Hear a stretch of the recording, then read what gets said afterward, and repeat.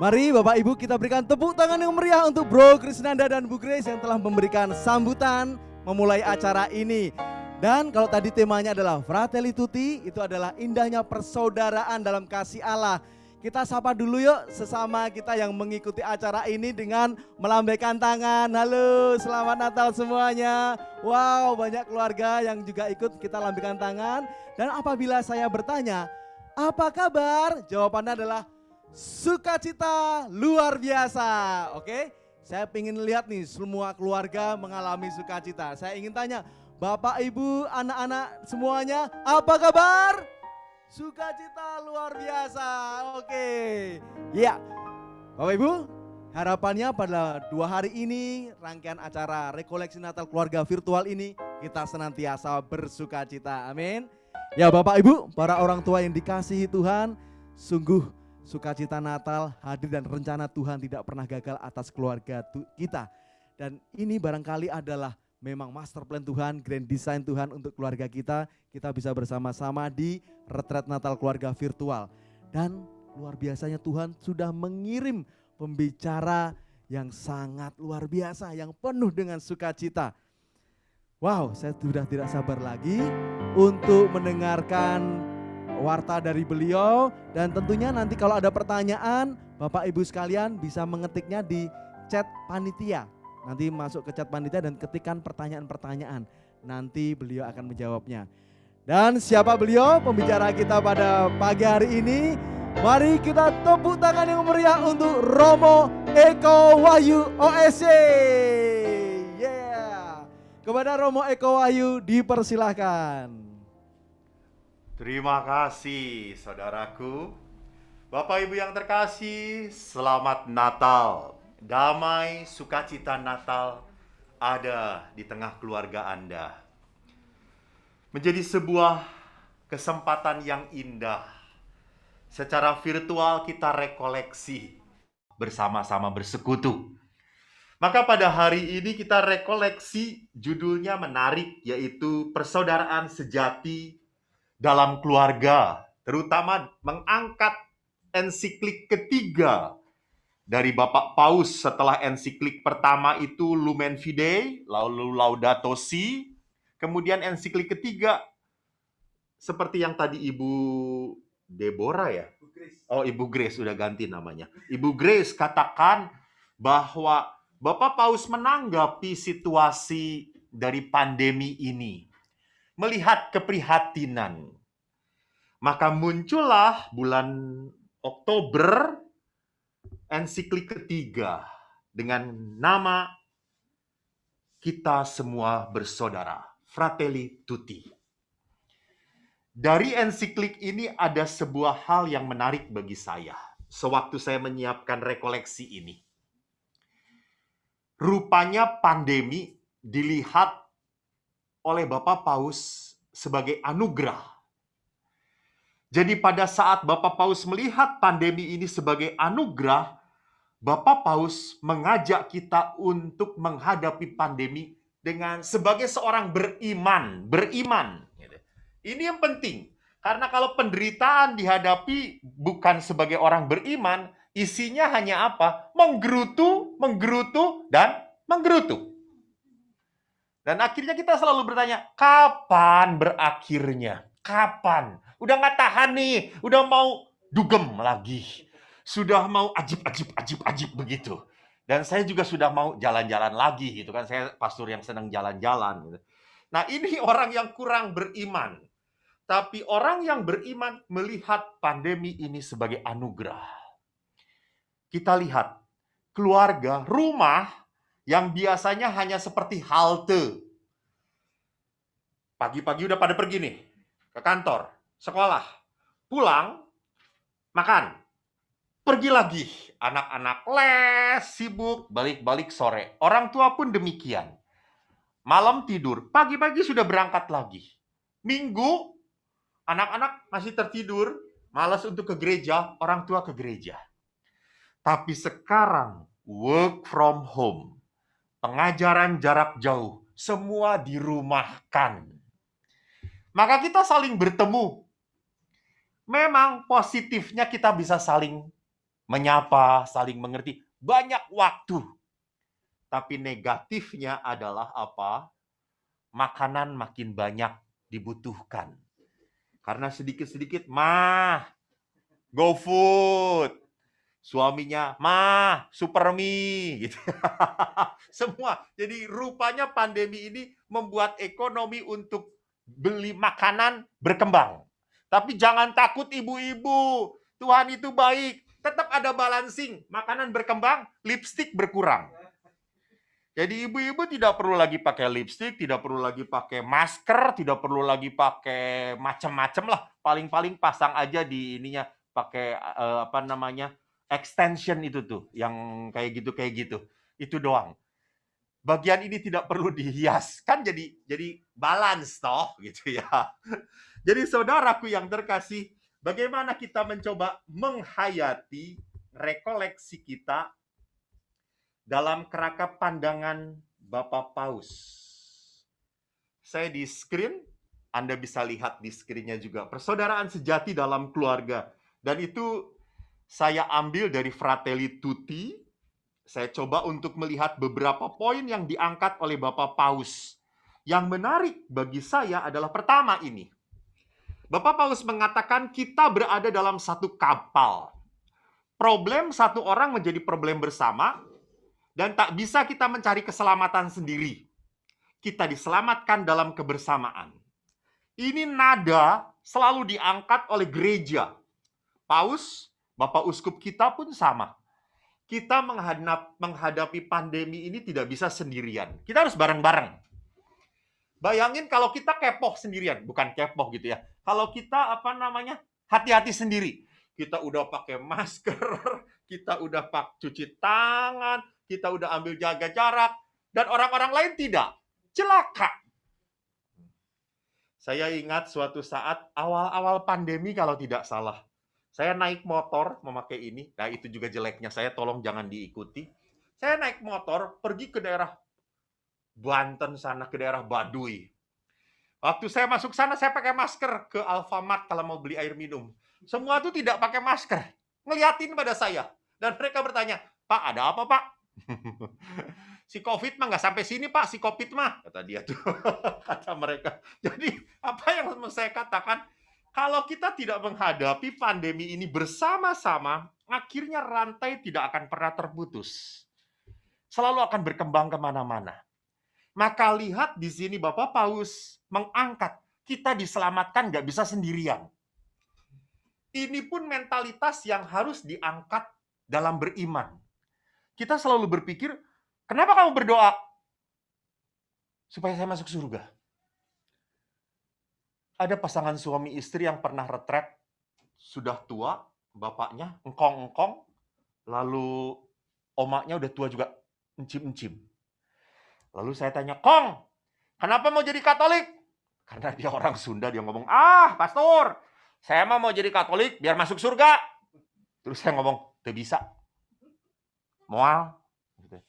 Dia kaget. Kenapa pasturnya ngomong kayak gitu? Lalu saya tanya Cim, kenapa mau jadi Katolik? Sama dengan singkong, supaya masuk surga. Tidak bisa, moal. Terus ditanya, kumaha ya tah? Bagaimana ini? Berarti salah kita. Salah, cek saya tuh, kata saya. Kalau gitu kita aja nggak jadi Katolik. Bukan gitu. Menjadi Katolik, Kong, supaya apa? Supaya istri masuk surga. Dan Cim, kenapa jadi Katolik? Supaya engkong masuk surga. Dahsyat tidak? Jadi tugas kita bukan menyelamatkan diri sendiri. Bukan. Keselamatan kita dari Tuhan. Tetapi bagaimana kita menjadi sarana bagi sesama dari Allah untuk menyelamatkan. Nah ini. Maka Fratelli Tutti itu mengangkat seperti ini. Kita itu harus saling menyelamatkan bersama. Dan bagus sekali bahwa masalah satu orang itu adalah masalah bersama dalam keluarga. Benar. Jangan pernah berpikir bahwa istri misalnya istri diam-diam mengambil uang. Bukan mengambil sih istilahnya. Tetapi memanfaatkan uang untuk memberi orang tuanya. Ini hal baik Baik, ini hal benar? Belum tentu. Kalau nggak dibicarakan dengan suaminya, ini tidak benar. Jadi baik-baik karena sebagai bukti apa? Sebagai bukti cinta. Tetapi pada saat memberikan tanpa tahu pasangannya, ini tidak benar. Karena tidak ada keterbukaan. Karena di sini istri mungkin berkata, tapi orang tua saya sedang sakit. Ibu, masalah orang tua ibu sakit harus menjadi masalah suami juga. Maka di sini tanpa kita sadari Bapak Paus mengangkat, tolong, satu keluarga itu, suami istri itu harus satu. Sama pendapatnya, sama cara mendidiknya, sama cari jalan keluarnya. Jangan yang satu pintu kanan, yang satu pintu kiri. Memang pastor kan nanti ketemu tetapi tidak bersatu. Kan beda. Kalau ketemu doang tapi tidak bersatu sama aja bohong. Saudara-saudariku. Maka kerangka dasar Fratelli Tutti adalah apa? Kita semua anak dari satu Bapa. Dari satu Bapa. Maka bagus waktu Bapak Paus mengangkat kitab sucinya adalah orang Samaria yang baik hati. Ini kalau retret selalu diangkat oleh para pembimbing retret. Orang Samaria, jelas sekali bahwa dia itu orang yang diasingkan. Orang yang sangat tidak dihargai dalam strata keyahudian. Karena mereka adalah orang yang setengah Yahudi, setengah bukan. Tetapi orang Samaria ini berbuat sesuai dengan apa yang ada di dalam hatinya. Itu yang dipuji oleh Yesus. Maka corak dasar dari kasih menurut Paus dalam Fratelli Tutti adalah apa? Memberikan yang terbaik. Memberikan yang terbaik.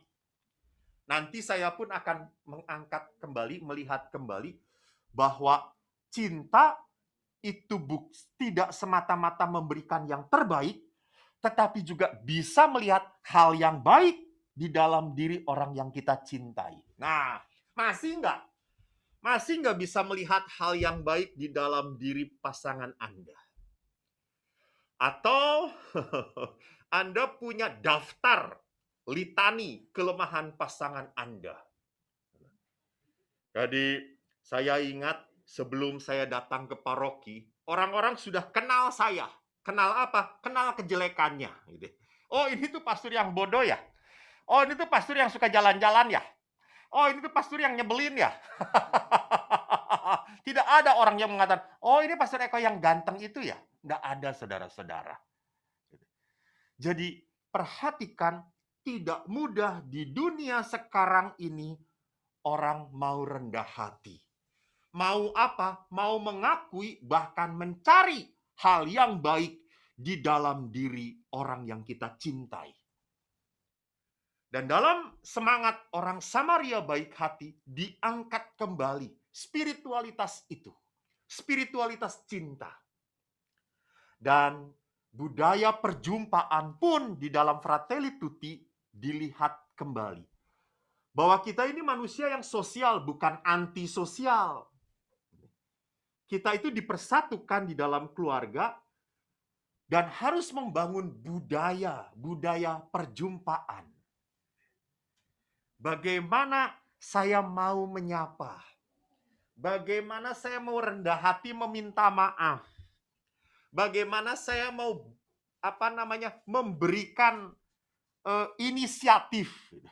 Jadi jangan sampai dalam keluarga itu, misalnya, ini kan cuma misalnya, saya tidak menuduh gitu ya. Ada beberapa bapak-bapak yang bilang, "Pak, kita rekreasi." Yuk. Kemana? Terserah. Lalu anak-anak juga, kemana? Terserah.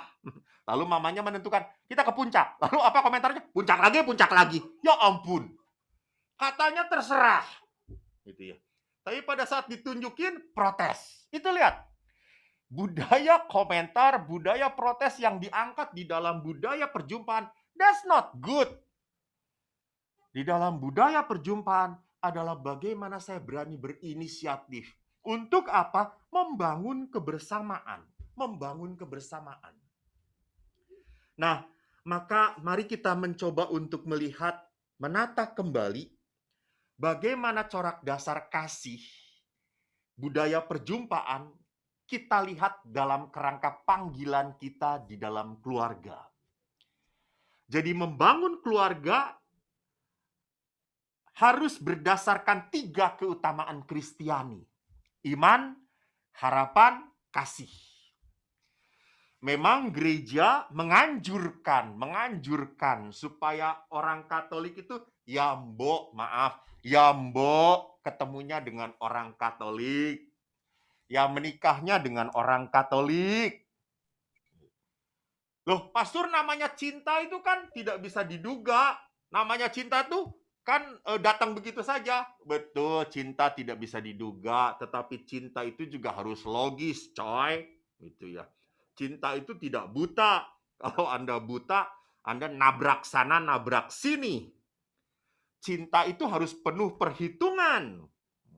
Kita harus tahu kalau saya mencintai di dalam keluarga, itu bukan hanya untuk 5-10 tahun, saudara-saudaraku. Seumur hidup. Nah, kuat nggak? Kalau cuma 5 tahun, saya juga mau kawin. Cuma 5 tahun gitu ya. Tapi karena seumur hidup, that's not easy. Maka bagaimana kita membangun keluarga dalam iman, harapan, dan kasih? Kembali pada dasar perkawinan. Jadi, kalau kita membangun keluarga atas dasar iman, harapan, dan kasih, mari kita lihat apa yang dikatakan dalam iman kita.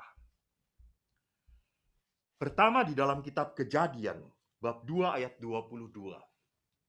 Dan dari rusuk diambil Tuhan Allah dari manusia itu, dibangunnyalah seorang perempuan, lalu dibawanya kepada manusia itu. Injil Matius mengatakan hal yang lain, karena itu apa yang telah dipersatukan Allah tidak boleh diceraikan manusia. Saudaraku yang dicintai Tuhan, kalau Anda lihat bahwa kata-kata apa yang telah dipersatukan Allah dan tidak boleh diceraikan manusia, ini adalah kata-kata dari Yesus. Ini Yesus yang menegaskan di dalam Injilnya, di dalam firman-Nya, di dalam sabdanya. Maka kalau demikian, apa yang mau diungkapkan di dalam tulang rusuk, itu kan tadi diambil dari tulang rusuk, dan kata-kata Yesus dipersatukan Allah, rupanya wanita adalah rahmat bagi pria. Dan pria adalah berkat bagi wanita. Jadi pemberian Tuhan. Jadi kalau pemberian Tuhan, perkawinan itu bukan hanya kemauan Anda, bukan. Itu pun kemauan Tuhan. Jadi kalau kemauan Tuhan, berarti kita percaya pasti Tuhan memelihara. Saya seringkali bercerita bagaimana saya sering memberkati pernikahan. Dan dalam pemberkatan pernikahan selalu begitu banyak keajaiban, gitu ya. Keajaiban yang saya temukan adalah apa? Salah satunya adalah prianya ganteng, perempuannya pas-pasan. Sudah pas-pasan, bentuknya kurang beraturan. Lalu saya berkata dalam hati, ya Tuhanku Yesus, maaf ya, tanpa maksud melecehkan. Saya berpikir, maaf, saya juga kok tidak mencintai gitu ya. Tapi waktu saya tanya pada pria ini, kenapa? Romo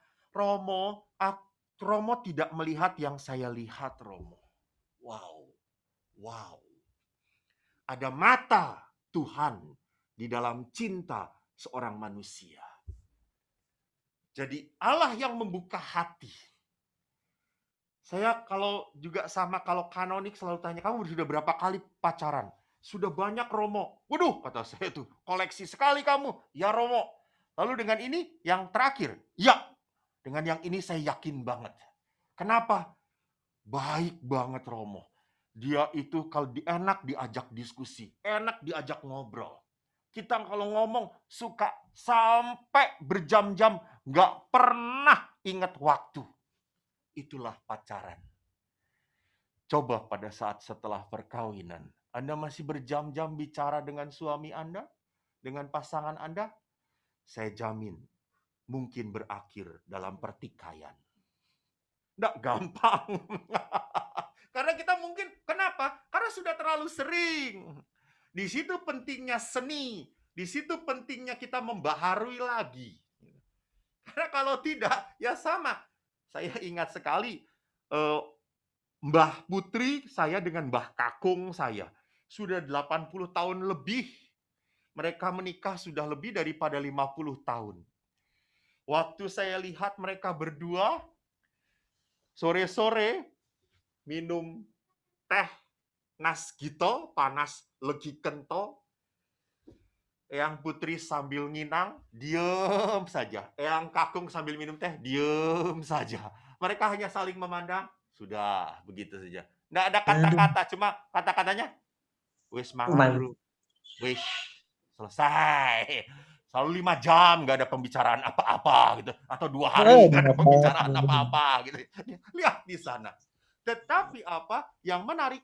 Kebersamaan, kehadiran, saling melihat pun sudah merasa nyaman. Suatu saat saya lihat Eyang Putri di tawon, di dapur, sedang masak air. Namanya sudah tua, atau masak air aja ditungguin. Ditungguin karena pakai air, kayu Iya deh, bakar. kompornya dimatiin deh. Eyang Kakung ada di sana, ada di ruang depan. Orang Jawa itu kan kalau punya rumah gede, padahal cuma 2 orang. Lalu yang Putri itu cangkong, lalu dijawab dari jarak jauh, ya udah kedengeran diem. Lalu yang Kakung di sana, ya udah diem lagi. Terus tak lama kemudian saya ada di situ, saya sedang duduk gitu. Lalu Kong, nggak ada. Ngomong lagi, Kong, nggak ada. Lalu kiclik dia keluar. Dia cari, memang nggak ada di ruang tamu. Dia lihat ke depan, sedang memberi makan ayam. Lalu dia lihat, oh. Lalu yang Kakung tanya, kenapa? Tak pikir wis mati. Lihat. Jadi, kata mungkin tidak banyak lagi. Tetapi saya melihat engkau, saya berada di sisimu, itu sudah menjadi sebuah kenyamanan. Ini anugerah, saudaraku. Maka di dalam gereja Katolik, perkawinan tidak hanya diangkat menjadi sebuah anugerah, tetapi perkawinan pun diangkat menjadi martabat sakramen. Apa artinya sakramen? Pertama, sakramen adalah tanda kehadiran Allah. Jadi tanda yang sangat nyata kehadiran Allah dari suami adalah istri. Dan tanda nyata kehadiran Allah terhadap istri adalah suami. Maka disitulah pentingnya bagaimana kita berguru pada Kristus. Nanti kita lihat bagaimana kita berguru pada Kristus, bahwa Kristus sungguh melayani. Bahwa Kristus sungguh memberikan dirinya. Jadi tanda kehadiran Allah, bagaimana saya bisa menjadikan istri saya bukan sebagai pembantu saya. Sedikit-sedikit, Bu, buatkan. Bu, carikan. Bu, belikan. Anda membuat istri Anda sebagai budak, sebagai alat untuk menyenangkan Anda. No. Anda yang harus menjadikan diri Anda melayani pasangan Anda. Ini sakramen, ini sakramen. Anda tanda kehadiran Tuhan bagi pasangan Anda. Dan yang kedua, di dalam martabat sakramen, gereja meletakkan pertolongan Tuhan bagi Anda. Contoh, saya sebagai imam, seringkali saya merasa bahwa di dalam pelayanan saya, terutama pelayanan doa, jujur, saya tidak merasa punya karunia kuat tentang doa. Bukan berarti saya kurang berdoa, tidak. Saya tidak punya karunia mendoakan orang jadi terjadi dan seterusnya gitu ya. Namun begitu banyak hal yang membuat saya kadang-kadang merasakan Tuhan bekerja melalui saya. Seperti baru-baru ini, seorang bekas murid saya yang sakit. Dia drop, kanker sudah menyebar kemana-mana di kepalanya. Bagaimana dia menghadapi sakrat maut. Dan dia minta pertolongan doa dari saya. Saya doakan. Saya bawa dalam Ekaristi, saya bawa dalam Sakramen Maha Kudus. Sungguh dia merasakan adanya sentuhan Allah. Dan dia mengatakan, Romo terima kasih. Doa-doa Romo membuat saya hidup kembali. Di situ saya berpikir, bukan karena saya, bukan. Karena Tuhan berkenan memberikan kuasa pada saya. Tuhan berkenan memakai saya. Sama di dalam perkawinan pun. Di dalam perkawinan jangan pernah lupa Allah itu akan memberikan kekuatan kepada Anda. Saya kan seringkali melihat hal-hal yang dahsyat dalam perkawinan ya. Ada orang yang kaya, punya segala-galanya, anaknya cuma satu, cuma dua. Saya pernah melihat di Pratista, karyawan Pratista, anaknya sampai 5, padahal orang tuanya yang cuma yang laki yang kerja. Gajinya pun paling-paling 1,5 juta satu bulan. Tapi ya 5-5-nya bisa hidup tuh. Tapi 5-5-nya tuh bisa sekolah tuh. Walaupun setiap saat bapak ini mengeluh, kami kurang. Tapi selalu disediakan berkat. Itu. Pertolonganmu begitu ajaib. Lihat. Allah itu selalu ajaib. Allah itu tidak pernah bisa kita kerangkakan. Tidak bisa. Allah itu selalu menyiapkan kejutan demi kejutan bagi Anda. Bagi kita. Itulah Tuhan. Maka percayalah bahwa perkawinan Anda itu adalah rangka rencana Allah yang membawa damai untuk hidup Anda. Yang kedua, bahwa hidup perkawinan itu pasti dibangun dengan harapan demi harapan. Kita berharap bahwa kita bahagia dalam perkawinan, rukun, keturunan, punya. Kita setia ya sampai mati. Harapan adalah sebuah mimpi ke depan. Kita membangun tentunya dengan apa? Dengan sama-sama berbicara. Tidak bisa harapan itu hanya ada di dalam hati yang nggak kenal pasangannya. Anda punya harapan harus bicara dengan suami. Saya tuh berharap ya bahwa hidup kita tuh yang penting bareng, yang penting kita makan sederhana, enggak apa-apa, tapi kita ada kebersamaan. Karena jangan-jangan pasangan Anda punya harapan berbeda. Harapan saya itu ya, kamu itu jangan sampai kekurangan.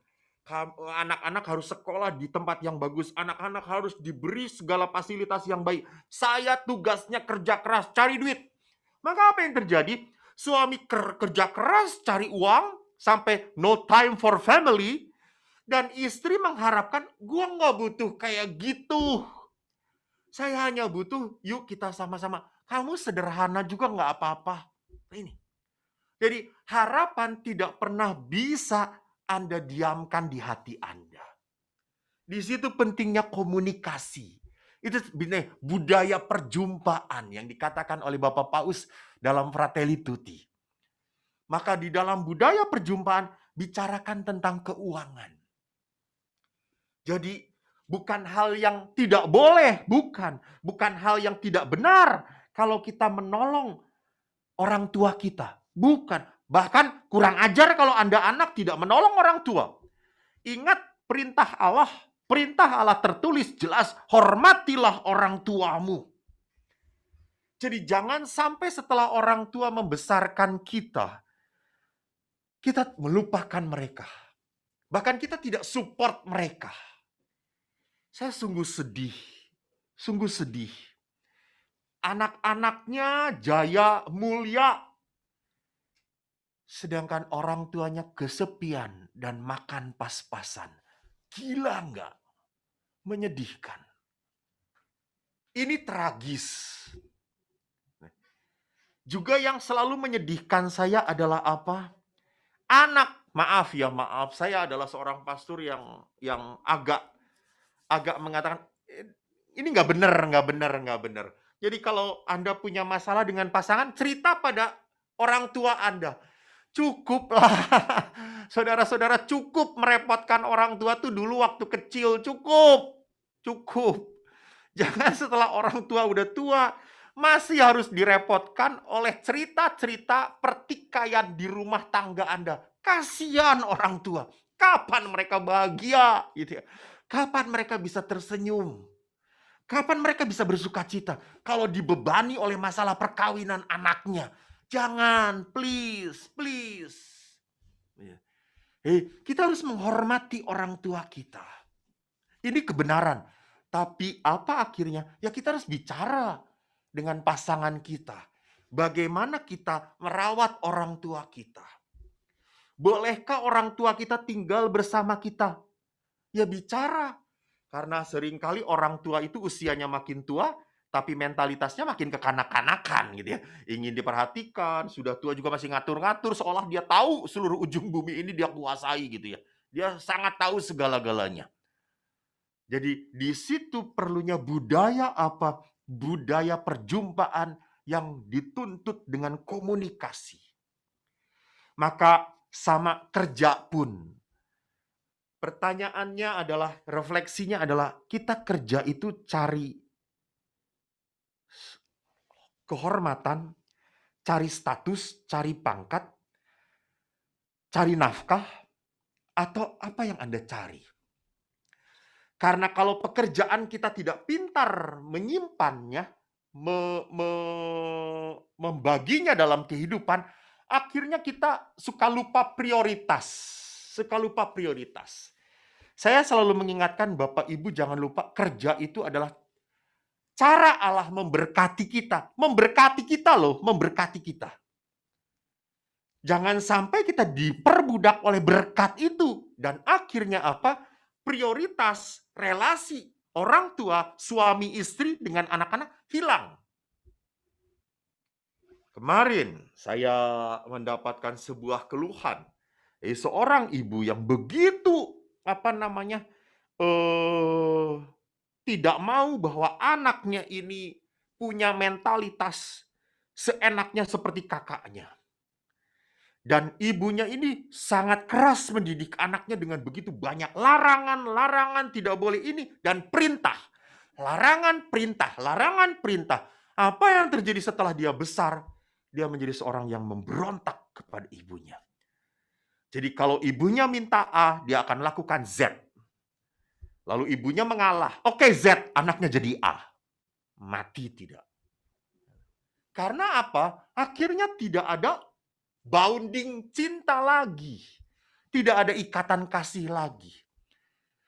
Harapan tidak pernah terjadi kalau dua-duanya tidak saling membicarakan. Di dalam apa? Di dalam budaya perjumpaan yang didasari oleh komunikasi. Komunikasi, bicara, bicara. Suatu hari saya masak dengan frater. Saya tuh maaf sedang jengkel dengan frater. Lalu kita masak. Pas masak itu, setelah masak saya beri garam, lalu saya tinggalkan sebentar. Lalu si frater datanglah ke dapur karena bantuin saya. Dia lihat masakannya, rupanya tanpa tanya, tanpa ngomong, dia kasih garam lagi. Lalu akhirnya kita makan bersama-sama di meja makan. Setelah makan semuanya darahnya tinggi. Alias apa? Ngamuk-ngamuk. Ini garam asin semuanya. Mau kawin ya? Kata saya tuh. Sono kawin dengan ayam, kata saya. Jadi apa yang terjadi? Bahwa karena saya tidak mau saling bicara, akhirnya korbannya siapa? Komunitas. Komunitas. Maka sama kalau suami istri tidak mau saling bicara, siapa korbannya? Ya anak-anak pun akan jadi korban. Saya menyedihkan kalau orang tua sekarang lebih senang menyapa anak-anaknya lewat WhatsApp. lewat Facebook, "Hei, sedang di mana?" Lalu anaknya jawab, "Ada di sampingmu, Ma." Gitu ya. Kan sinting gitu ya. Gitu. Kenapa nggak ngomong? Kenapa nggak saling menyapa gitu? Betapa indahnya kita bisa saling menatap satu sama lain di dalam perjumpaan ini. Dan yang terakhir tadi saya katakan adalah apa? Kasih. Kasih tidak berkesudahan. Nubuat akan berakhir. Bahasa roh akan berhenti. Pengetahuan akan lenyap.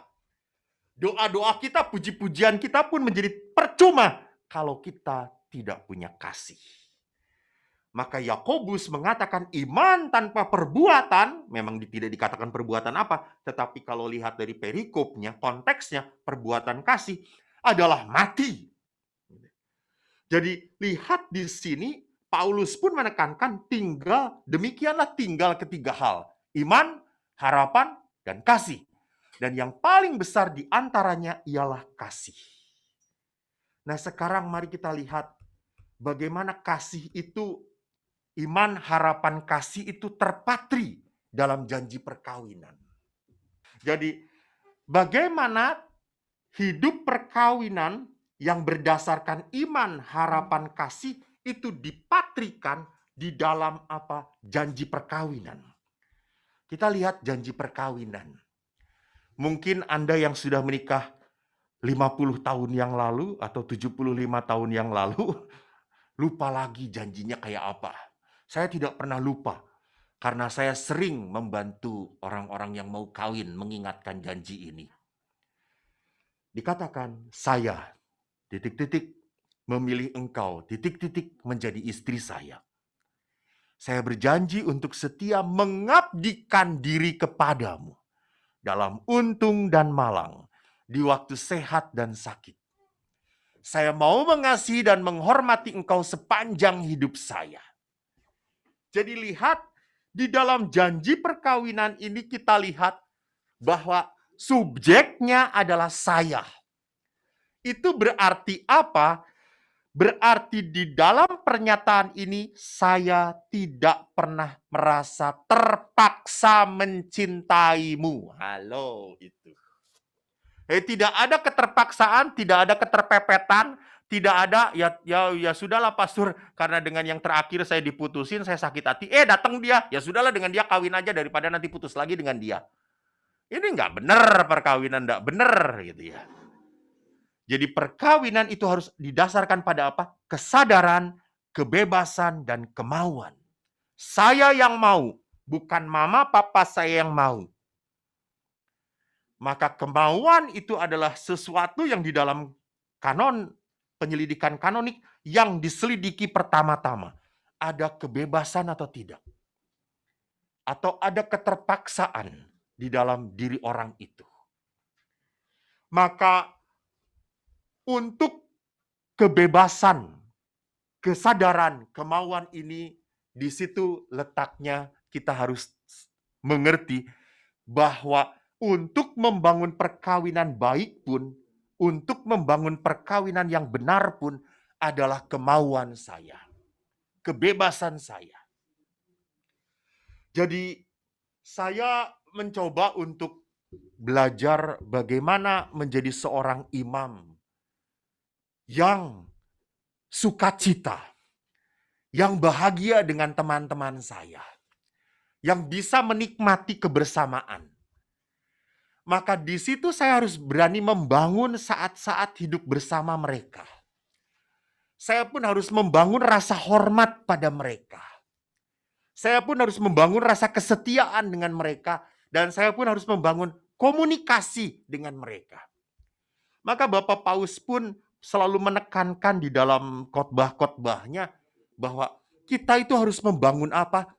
Selalu membangun jembatan, bukan membangun tembok. Jadi kalau Anda mau menikah dengan pasangan Anda harus membangun jembatan. Yaitu apa?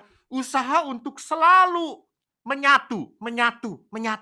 Saling memikirkan. Saling membahagiakan. Saling melayani. Saling membuat nyaman satu sama lain.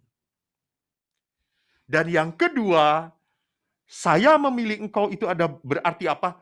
pernyataan ini saya ungkapkan tidak ada keraguan dan tidak ada kemaluan. Rasa malu. Jadi sampai kapanpun saya tidak pernah malu mengakui pasangan saya. Sampai kapanpun saya akan selalu setia memakai cincin perkawinan saya. Maka seorang suami, tolong para suami, kalau Anda kemana-mana, pegang cincin Anda. Selalu berkata, saya sudah kawin, saya sudah kawin, saya sudah kawin, saya sudah kawin. Itu membuat Anda selalu sadar. Pikiran, kata-kata, tindakan Anda harus sadar bahwa Anda sudah menikah. Pakai itu. Romo kalau hilang bagaimana? Pakai rantai. Supaya jelas, saya udah kawin. Pakai rantai. Sama saya pun seringkali memakai atribut imam, entah itu kolar, entah itu salib. Itu yang selalu mengingatkan kalau saya di antara para tante-tante yang cantik jelita gitu ya, dan mereka memakai pakaian-pakaian yang minim, mereka berpikir bahwa di depan pastor sudah kuat ujian, padahal pastor pun masih manusiawi. Pastor itu setelah kuat ujian, setelah terkapar mati baru kuat ujiannya gitu ya. Tapi selama masih hidup masih bisa diuji gitu ya. Maka saya pun sama, di saat di antara mereka saya selalu berkata, saya pastor, ya Tuhan, taubatkan saya. Sama, saya harus selalu menyadari apa? Identitas saya. Jadi jangan pernah sampai identitas itu berbeda dengan realitas. Jadi identitas Anda sudah menikah, maka realitas Anda pun adalah terikat pada pasangan Anda. Karena itu tindakan Anda, tindakan kebebasan Anda, dan bukan paksaan. Yang kedua, di dalam janji perkawinan dikatakan, saya berjanji untuk setia mengabdikan diri padamu. Dalam untung dan malang, sehat dan sakit. Jadi rupanya cinta tumbuh dalam perkawinan bukan cinta yang eros. Cinta untuk memiliki, menikmati untuk keuntungan sendiri, bukan. Tetapi justru cinta agape toi, agape. Cinta yang melihat hal yang baik dalam pasangan itu. Hal yang baik. Saya kemarin cerita tuh ya, ada seorang ibu, dia selalu mengeluh tentang suaminya. Suaminya yang ini, yang itu, yang itulah, macam-macam. Sampai akhirnya suaminya meninggal. Dia kaget bahwa banyak sahabat-sahabatnya yang cerita hal yang positif tentang suaminya. Dan itu memicu dia untuk membuka mata dan akhirnya dia berkata, betul, saya punya suami yang memang pendiam. Saya punya suami tidak ekspresif, tetapi suami saya sungguh sangat melayani keluarga. Dia melayani istri dan anak-anaknya secara diam-diam. Maka setelah suaminya meninggal, istri ini mengubah PP-nya. Di PPWA dia, saya tahu, selalu foto dia sendirian. Sedang macem-macem lah pokoknya. Heboh. Setelah suaminya meninggal, PP-nya menjadi berdua dengan suaminya. Lah kok aneh. Baru sadar bahwa dia sudah menikah setelah pasangannya meninggal dunia. Aneh itu namanya. Apakah perlu seperti itu terlebih dahulu gitu ya? Bahwa cinta agape itu adalah cinta yang selalu mencoba melihat hal yang baik, hal yang baik. Pada saat kita bisa melihat hal yang baik dalam diri orang yang saya sayangi, maka saya pun akan rela berkorban untuk orang yang saya sayangi. Maka saya pun seperti orang Samaria mengupayakan hal yang paling baik untuk orang yang saya sayangi ini. Jadi itulah sebuah cinta di dalam perkawinan. Maka gereja menantang pasangan untuk membangun hidup perkawinan yang tidak di atas dasar cinta yang rapuh. Cinta yang labil. Cinta yang labil itu adalah cinta yang mendasarkan pada apa? Perasaan. Namanya perasaan itu up and down and shake, you know. Gitu ya. Jadi kadang-kadang sedang enak, sedang berbunga-bunga. Kadang-kadang mendarat sampai akhirnya berapa? Habis. Jadi kalau ukurannya persen, Bu, berapa persen ibu sayang pada suami? Tinggal 30%, pastor. Lalu suaminya tiba-tiba bawa bonus Natal. Me, dapat bonus juta Natal 100 juta. Nah, sekarang 100% lagi, Pastor. What kind of love like that gitu ya. Ya, jadi ini cinta yang bukan agape, ini cinta egois. Di saat engkau bisa menyenangkan saya, I love you very much. Dan pada saat engkau menyakiti saya dan Anda berkata, you are not mine anymore. Nah. Cinta agape adalah cinta yang seperti di hadapan saya ini, saudara-saudara. Dia berani mematikan dirinya sendiri. Ini cinta agape. Maka Ibu Teresa pernah berkata, love to be real, it must cost, it must hurt, it must empty us of self.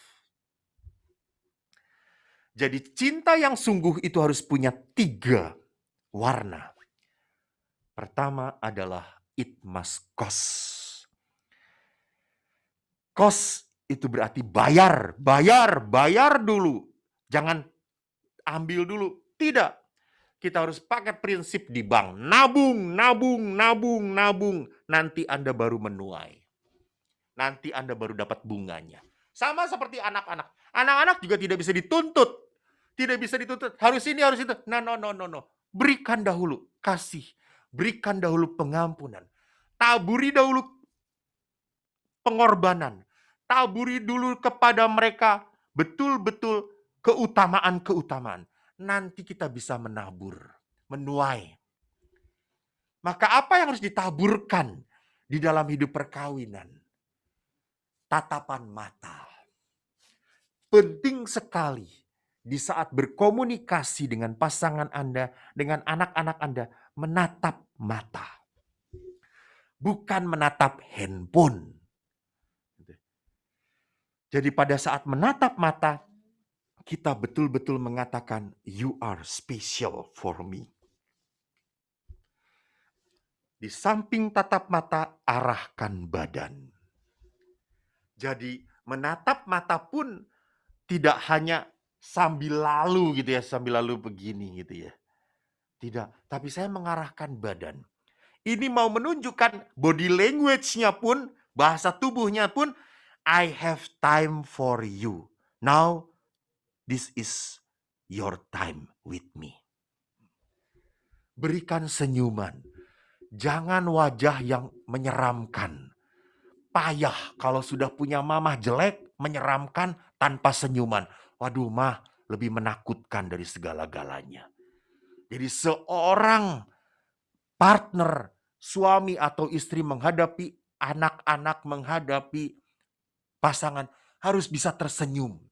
Jangan sampai, saya suka sedih, orang-orang tuh bisa senyum kepada konsumennya gitu. Kalau dengan konsumennya selalu dikata, ada apa? Bisa saya bantu? Lihat. Tetapi bagi suami sendiri, ngapain lo? Lihat-lihat gue. Itu ampun Tuhan. Sampai ada seorang anak ngelihat papanya itu selalu dengan konsumennya tuh ketawa-ketawa. Lalu anaknya ngomong, Papa, saya bayar ya Pak supaya Papa juga bisa tersenyum sama saya gitu ya. Jadi lihat, menyedihkan sekali gitu. Jadi menyedihkan sekali bagaimana kita membuat budaya perjumpaan tetapi tidak dengan kasih. Tidak dengan senyuman, suara yang lunak, kedekatan fisik, bahkan kalau perlu bangunlah keluarga Anda dengan kemampuan tertawa bersama-sama. Saya itu senang kalau ketemu dengan adik-adik saya, orang tua saya. Kita selalu tertawa. Kemarin tanggal 4 Desember saya, ini pengumuman bukan pengumuman, jadi jangan Anda mengucapkan selamat, sudah terlambat. Saya 24 tahun menjadi imam. Lalu tanggal 5 Desember itu adik-adik saya dengan ayah saya datang. Saya senang sekali, sangat senang bahwa saya didukung oleh adik-adik saya dan keponakan saya. Lalu saya pikir, saya harus buat mereka senang. Lalu saya akhirnya saya ajak makan. Kebetulan ada umat yang begitu baik menyediakan tempat makan. Dan kami makan dengan aman. Lalu setelah makan saya pikir, diajak kemana ya? Kan saya punya keponakan itu senang muter ke mall, bahaya. Lalu saya pikir, oh ke Decathlon. Decathlon itu agak sepi dan besar. Oke, saya ngomong kepada keponakan, kita ke Decathlon. Apa itu Pak De? Masuk aja. Bagus. Lalu saya ngomong kepada mereka, keponakan saya, kamu boleh cari 2 item ya, boleh. Lalu nanti Pak D yang bayar. Wah, mereka senangnya. Yes, Pak D, oke. Karena ayah saya tidak boleh masuk ke atas, karena sudah 60 tahun ke atas, saya duduk di mobil. Lalu saya ngomong pada adik saya, nanti kalau bayar, saya suruh datang. Ya, Pak D. Mereka pergi ke atas, saya di bawah. Kurang lebih 1,5 jam. Saya ketiduran, saya dipanggil adik saya, Mas bayar. Lalu saya datang, saya lihat belanjaan mereka, ya Tuhanku Yesus, mahal-mahal amat, kata saya semuanya. Tapi berhubung saya sudah bersabda, saya tidak bisa ditarik lagi. Akhirnya, ya, udah bayar. Setelah bayar, saudara-saudaraku yang terkasih, betapa menjerit hatiku gitu ya. Saya dapat angpau dari adik-adik saya 4 orang, 500 ribuan. Dan saya harus keluar uang gotiau 5 juta. Aduh, kata saya tuh. Tapi enggak penting. Yang penting adalah apa? Ada tertawa, ada sukacita. Itu yang tidak bisa kita cari. Uang bisa dicari, tetapi berbahagia bersama dengan keluarga itu yang tidak bisa dicari. Anda harus ciptakan. Itulah kasih. It costs. Dan yang kedua adalah apa? Kasih itu it must hurt. Kadang-kadang menyakitkan. Lihat Petrus yang sudah berapa tahun, hampir 3 tahun hidup bersama Yesus. Mengalami pengalaman cinta bersama Yesus. Di saat Yesus ditangkap, Petrus 3 kali menyangkal Yesus. Saya jadi ingat sebuah lagu. Saya akan nyanyikan untuk Anda lagu ini.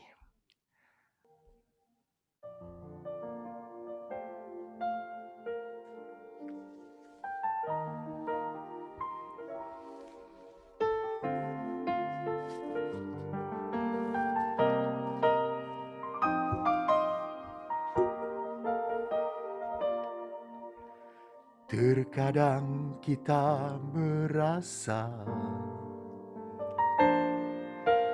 tak ada jalan terbuka, tak ada lagi waktu, terlambat sudah.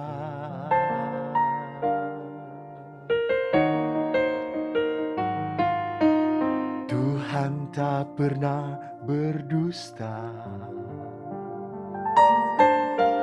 Dia selalu pegang janjinya.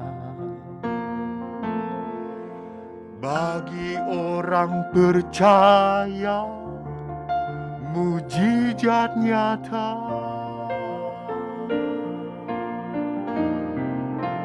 Dia mengerti, dia peduli persoalan yang sedang terjadi.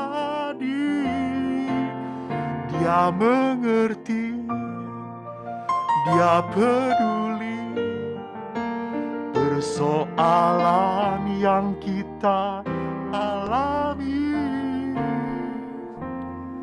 Namun satu yang dia minta, agar kita percaya sampai mujizat menjadi nyata.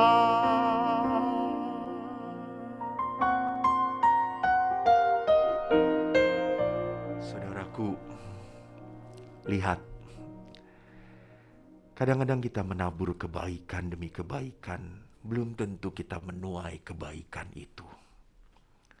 Saya sudah repot-repot melayani suami. Saya sudah repot-repot setia. Suami kok tidak setia pada saya. Sometimes to love you make me hurt. That is love. That is the real love. Bahkan Ibu Teresa berkata, cinta yang sesungguhnya kau rasakan di saat engkau menangis. Sampai membuat engkau menangis. Di situ cinta betul-betul nyata. Pada saat engkau setia bertahan. Maka bagaimana saya bisa bertahan? Ya itu tadi. Dia mengerti, dia peduli persoalan yang sedang terjadi. Namun satu yang dia minta, agar kita percaya sampai mujizat menjadi nyata. Kepercayaan itu menuntut kesetiaan. Yang penting kamu udah usaha. Dan terakhir saudara-saudaraku, love, the third time is it must empty us of self. Jadi apa maksudnya? Saya harus berani mengosongkan diri saya. Seluruh pikiran saya belum tentu baik untuk pasangan saya. Belum tentu. Apa yang saya katakan baik untuk diri saya, belum tentu baik untuk suami saya. Belum tentu baik untuk anak-anak saya. Betapa sering orang tua punya mimpi yang baik untuk anak-anaknya, punya harapan yang baik untuk anak-anaknya. It's okay, that's good. But anak-anak itu lebih tahu dirinya sendiri, Bapak Ibu. Betul, orang tua boleh ngomong, boleh berpendapat, boleh. Tapi tidak mengatur, mereka adalah anak-anak Tuhan. Mereka lahir dari Anda, tetapi mereka bukan milik Anda. Saudaraku, saya teringat ada sebuah keluarga yang punya masalah. Datang pada saya. Masalahnya adalah anak ini cuma anak tunggal. Masalahnya adalah anak ini anak pintar. Masalahnya adalah ibunya pintar. Masalahnya adalah suaminya, bapaknya pendiam.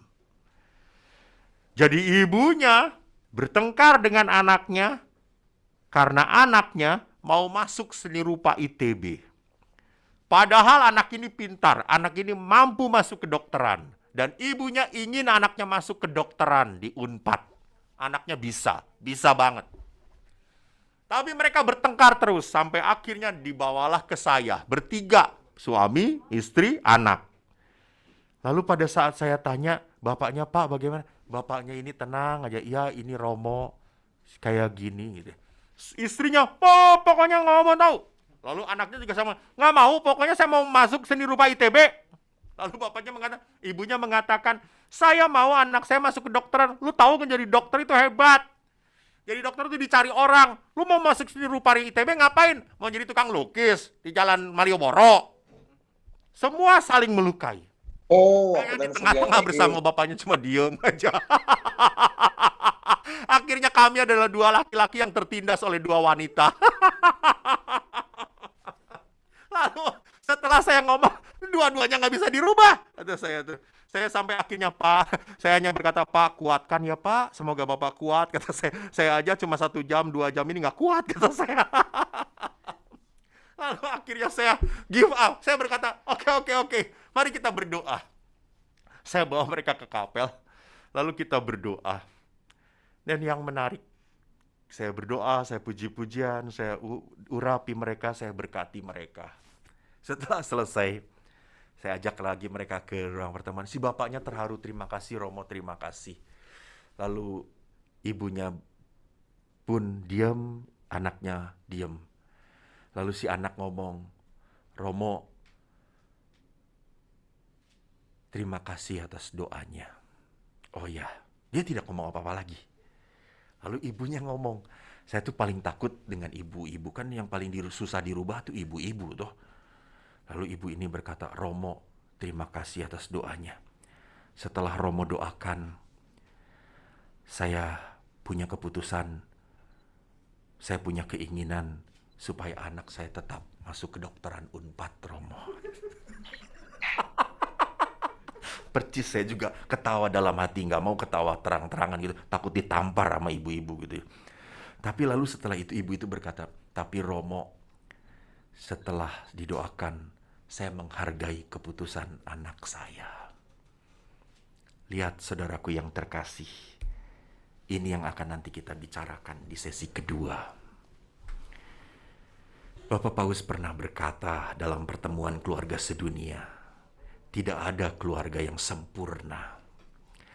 Kita tidak punya orang tua yang sempurna, kita sendiri tidak menikah dengan orang sempurna, dan kita tidak punya anak-anak yang sempurna.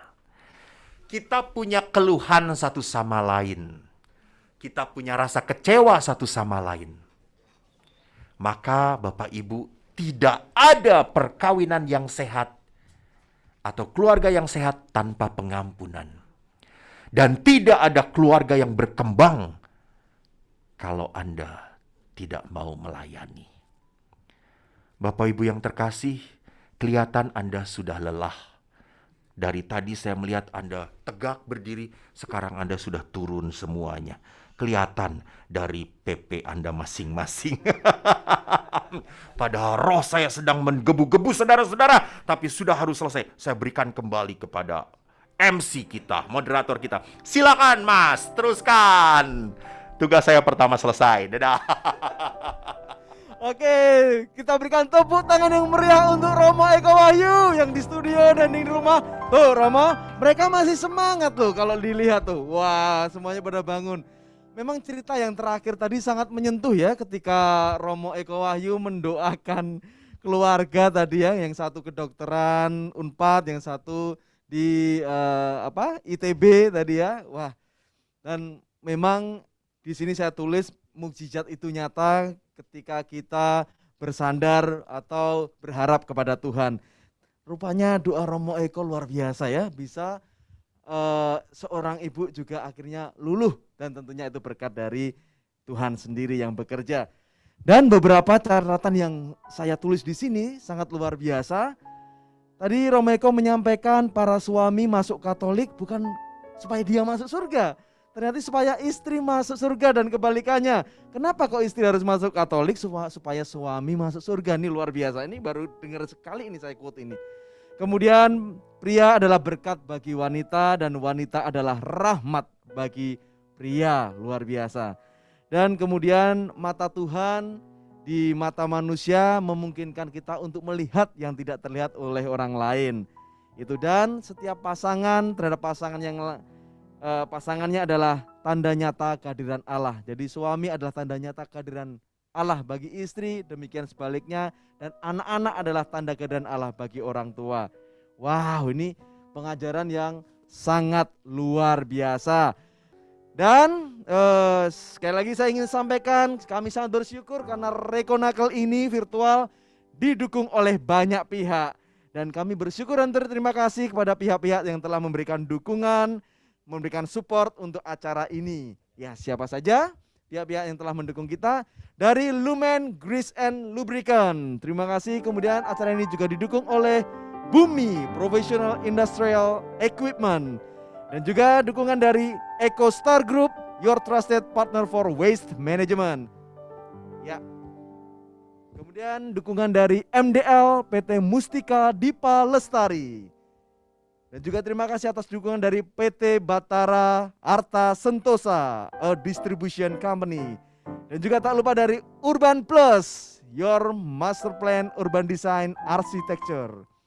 Kemudian terima kasih atas dukungan Mama Miacis dan dukungan dari AMH Jahe Merah. Dan terima kasih untuk kepada media partner dari acara ini, dari Hidup TV, katolikfit.id, kemudian Katolika ID, YCCR Jakarta, dan Keuskupan Bandung, Komsos Keuskupan Bandung. Oke, terima kasih atas luar biasa support yang diberikan sehingga acara ini bisa terjadi. Dan ini nanti ada pertanyaan-pertanyaan yang akan dijawab oleh Romo. Dan saya ingatkan untuk Bapak Ibu ya, tadi banyak sekali inspirasi yang disampaikan oleh Romo bahwa kita bagaimana menjadi berkat untuk pasangan kita. Para suami masuk Katolik supaya istrinya masuk surga, coba itu dalam banget kalau menurut saya sendiri. Kalau menurut Bapak Ibu gimana tuh? Dalam itu. Nah, kemudian dan ternyata memang dengan doa, dengan puji-pujian yang awalnya hatinya sangat keras gitu ya, bisa dilembutkan melalui puji-pujian. Memang ada sabda bahwa Allah hadir di atas puji-pujian umatnya.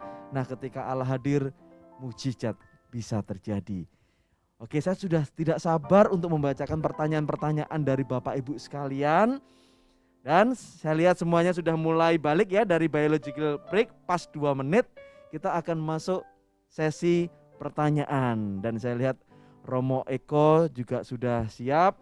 Saya akan bacakan 3 pertanyaan yang masuk. Ada banyak pertanyaan tapi kami sarikan menjadi 3 ya. Oke, Romo Eko sudah siap dengan pertanyaan-pertanyaan ini. Saya coba bacakan. Romo Eko, di sini ada 3 pertanyaan. Ya, langsung saya bacakan, nanti Romo Eko akan menjawab secara keseluruhan. Jadi yang pertama, ada pertanyaan, kesetiaan perkawinan itu seumur hidup atau sampai selama-lamanya, Romo? Kalau seumur hidup, sampai pasangannya meninggal atau sampai selama-lamanya? Itu pertanyaan pertama. Yang kedua, bagaimana kiat-kiat untuk mempertahankan api di pernikahan kami yang sudah 25 tahun? Wah, ini jadi pernikahan silver ini ya, 25 tahun, luar biasa. Bagaimana kiat-kiat untuk mempertahankan pernikahan ini, api pernikahan? Kemudian pertanyaan ketiga, jika komunikasi pada saudara terhambat atau tidak bisa disampaikan karena takut menyinggung perasaannya, apakah lebih baik disampaikan atau didiamkan? Terima kasih Romo. Iya, wah ini pertanyaannya luar biasa ini. Dan saya juga tidak sabar untuk mendengar jawaban dari Romo Eko Wahyu. Oke, sebelum kita mendengar jawaban, kita berikan tepuk tangan sekali yang meriah untuk Romo Eko Wahyu dengan jawabannya yang sangat penuh sukacita dan inspiratif. Silakan Romo Eko. Terima kasih Mas. Bapak Ibu yang terkasih, terima kasih atas keterlibatan Anda. Saya melihat semangat dan sukacitanya Anda semua, syukur kepada Allah. Sehingga kita membangun setelah rekoleksi Natal keluarga ini, kita membangun tahun 2021 dengan semangat, iman, harapan, dan kasih yang baru. Kasihnya yang baru, bukan orang yang dikasihinya yang baru ya, jangan lupa itu. Kasihnya yang diperbaharui. Bukan orang yang dikasihinya menjadi baru gitu, bukan. Jangan, itu tidak boleh. Tidak sah itu, tidak halal. Pertanyaan pertama menarik, kesetiaan perkawinan itu seumur hidup atau sampai selama-lamanya? Saudara-saudaraku, dalam rumusan gereja Katolik itu mengatakan menghormati engkau sepanjang hidup saya. Jadi perkawinan itu dipersatukan sampai dua-duanya meninggal, dalam artian tertentu bahwa saya akan setia padamu sampai selama saya hidup. Selama saya hidup. Jadi perkawinan itu kan hanya ada di bumi ini gitu. Di surga kelak tidak tahu kita seperti apa sebagai anak-anak Allah itu. Bahkan Yesus berkati, kawin dan dikawinkan itu hanya ada di bumi ini. Jadi kesetiaan itu diperlihatkan di bumi ini. Itu pun yang membuat perkawinan boleh diperbolehkan, perkawinan setelah pasangannya meninggal. Jadi kalau satu pasangannya sudah meninggal, lalu pasangan yang masih hidup itu mau menikah lagi, gereja memperbolehkan kembali dan diberi sakramen kembali. Boleh itu. Jadi bukan sampai selama-lamanya akhirnya, aduh karena gue terikat sama dia, ya sudahlah saya tahan. Menduda selama-lamanya, menjanda tanpa bahagia, salah gitu ya. Gitu. Jadi itu sebuah pilihan, kehendak bebas. Jadi di situ letaknya kenapa disebut sebagai seumur hidup saya, sepanjang hidup saya. Jadi bukan selama-lamanya kekal, amin, bukan. Sampai perkawinan itu hanya sampai pada titik kematian, gitu ya, pada titik kematian. Memang cinta, kasih tetap bisa berjalan walaupun orang yang dikasihinya sudah meninggal. Benar, benar sekali. Maka itu gereja mengajak umat-umatnya untuk tetap mendoakan orang yang sudah meninggal. Karena kasih masih melampaui waktu, melampaui tempat. Kedua, bagaimana kiat-kiat untuk mempertahankan api. Ya, itu benar, api di pernikahan kami yang sudah 25 tahun. Selamat pada Bapak Ibu yang sudah 25 tahun hidup perkawinan. Sadarilah Anda bertahan bukan karena kekuatan Anda. Tadi pun dikatakan, tapi karena kekuatan Tuhan menyertai Anda. Jadi kalau Tuhan menyertai Anda, berarti pertama, dasarkan hidup perkawinan Anda dalam hidup doa, dalam hidup doa. Jadi Bapak Paus pun mengingatkan, keluarga yang berdoa adalah keluarga yang selalu bersatu, bersekutu. Keluarga yang kuat, tangguh. Jadi dasari dengan hidup doa bersama, saling mendoakan. Yang kedua, jangan pernah meninggalkan tadi budaya apa? Budaya perjumpaan, Bapak Paus dalam Fratelli Tutti mengatakan buat budaya baru, yaitu selalu apa? Berjumpa, berkomunikasi, bicara, sapa. Jangan disapa, tapi sapa. Sama seperti orang Samaria berbuat baik tanpa diminta. Tanpa diminta oleh orang yang luka. Dia langsung hatinya tergerak oleh belas kasihan. Ini yang ketiga. Jadi di tengah keluarga kita harus menjadi pribadi yang berhati selalu tergerak oleh belas kasihan. Jangan sampai Anda di tengah keluarga tetapi mempunyai hati yang tegaan. Ya udah biarin aja lah. Udah dimasakin dia nggak pernah mau makan, udah biarin sekarang. Makan angin loh, biar masuk angin, kentut melulu. Enggak.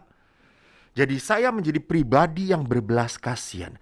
Kalau pribadi yang berbelas kasihan selalu bertanya, what can I do for my family? What can I do? Selalu bertanya, apa yang bisa saya lakukan? Maka yang ketiga, jika komunikasi pada saudara terhambat, tidak bisa disampaikan karena takut menyinggung perasaan, apa-apa lebih baik disampaikan atau didiamkan. Kebenaran itu menyakitkan kalau disampaikannya pada saat dua-duanya sedang high temper. Jadi kita harus mengerti, kalau dua-duanya sedang di atas, pasti dua-duanya merasa benar deh, betul. Coba aja, orang ngotot ribut itu selalu, gue yang benar, lu yang salah. Dia pun akan bertanya, gue yang benar, lu yang salah. Jangan ngomong kebenaran di situ, tidak ada kebenaran, yang ada emosi. Jadi, pertama kita harus tahu waktunya kapan. Waktunya di saat kita tenang, maka pada saat tenang, hati kita saling terbuka. Di saat hati terbuka, ini yang dikatakan di dalam sebuah pepatah, fortiter in re, suaviter in modo.